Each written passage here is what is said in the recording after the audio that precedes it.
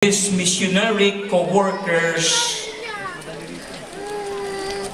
and it served as the foundation of their ministry.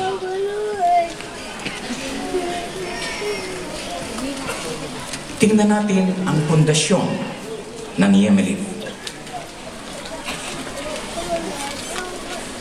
Lapit mo muna. Tulad kay Pablo,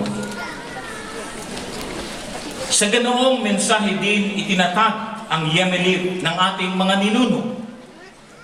Mga ninuno sa pananampalataya. At ipinagpatuloy ng buong giting ng mga nangauna sa atin. Sa mahigit na 100 taon ay naging tapat tayo sa mensaheng ito na siya ding ating ipinapahayag sa iba. Malinaw sa atin kung ano ang ating pundasyon at hindi tayo umaalis dito.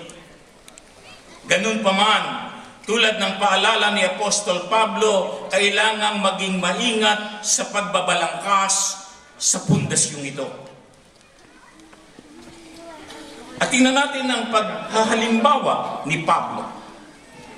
Using Paul's analogy of ministry and constructing a building, we will base our study on the concepts of one foundation. Dili ibat ang Panginoong Jesucristo. Second, design. God's purpose for the church.